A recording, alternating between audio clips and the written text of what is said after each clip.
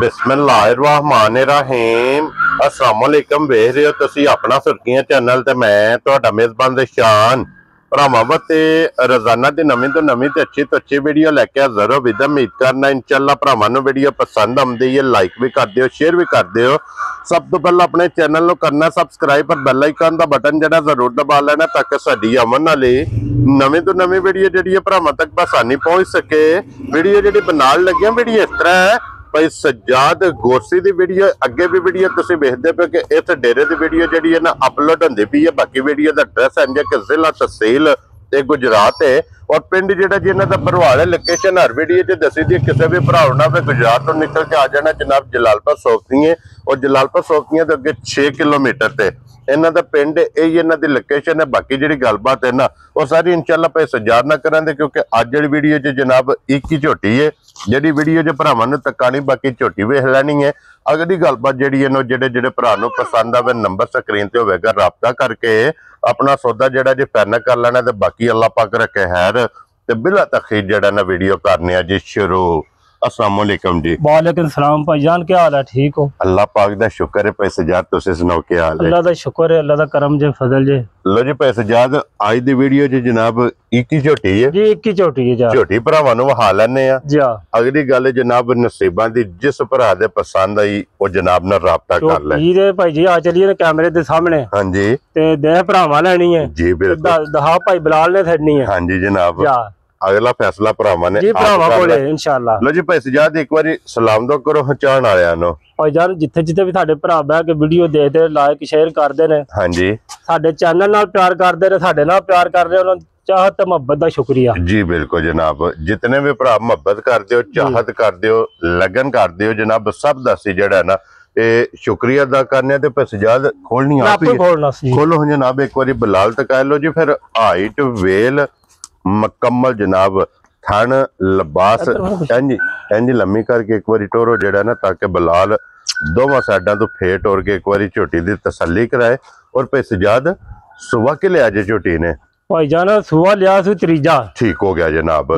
तीसरा सुबह लिया सु आखण नु दूजन भी पचदी है जी, दूजन भी पचदी है लेकिन जो की है सी ओही दसना। हां जी जनाब जेडी गल हकी सच्ची जेन्युइन है ना ओही मालक ते दूसरे ही दस दे। ठीक हो गया जनाब। मज भी भाईजान मैं किरू दूर नहीं लई अपने गुआंढों ही लई है जी। मैं सारी तकी सुनी है। क्या बात है जनाब। एदा मतलब है चोंदी चोंदी वेखी तकी जी, चोंदी चोंदी देखी है माशाल्लाह जी। ठीक हो गया। ते किन्ने दिनां दी सूई है पैसे जाद? भाईजान इनु 6वां दिन सूई नु। लो जी 6वां दिन है जनाब इनु सोए आ थोड़ी बग्गी है मथे दे फुल्ली है सिंगी हड्डी वेख लैनी है जनाब के एक हड्डी भाई बिलाल मज भरावां दे लैनी है भी मेरा 5.5 फुट कद है। हां जी लेकर मेरे सिर कद माई दा। क्या बात है जनाब। हड्डी चंगी है जनाब माशाल्लाह पुठा हां जी सारियां बरीकियां माई दियां मजां ने काम से सारे। हां जी जनाब। और भाई सजाद बच्चा किस मगर है दे? बच्चा भाईजान एदा कट्टा है मगर है दे जनाब कट्टा और फील शरीफ है बेवा। क्या बात है जनाब।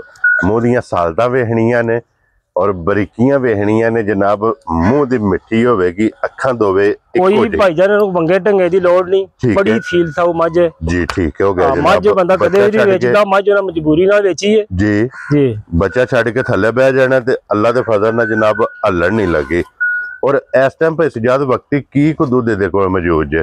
भाईजान दुध एक थान बच्चे दे के ना दुध मज को 14 किलो ठीक है लेकिन असी 14 में दसना 13 किलो दसा। क्या बात है। जेडे भरा दा दिल करे ना तसल्ली करे 2 टाइम 3 टाइम ठीक है जो चुआ मज दा इंज वेदा पूरा जिन्हों आखदे ने उंगल जिड्डा मोटा मोटी चुआई है चुआ वेदा। क्या बात है जनाब। और तीजे सुबह मज हो के थान मज दे देखो पूरा मुठ मुठ जी। बिल्कुल जनाब। ते फिर चंगियां दी निशानी ने लिबास च चंगियां वाली है जी। हां जी जनाब। दोवां साइडां चिट्टा निशान में मौजूद है पशम पूरे जिस्म ते छत वेख लेना जनाब। सूतर हार जेड़ा है ना बराबर दे हड्डियां होवणगीਆਂ ਕੱਚ ਦੀਆਂ।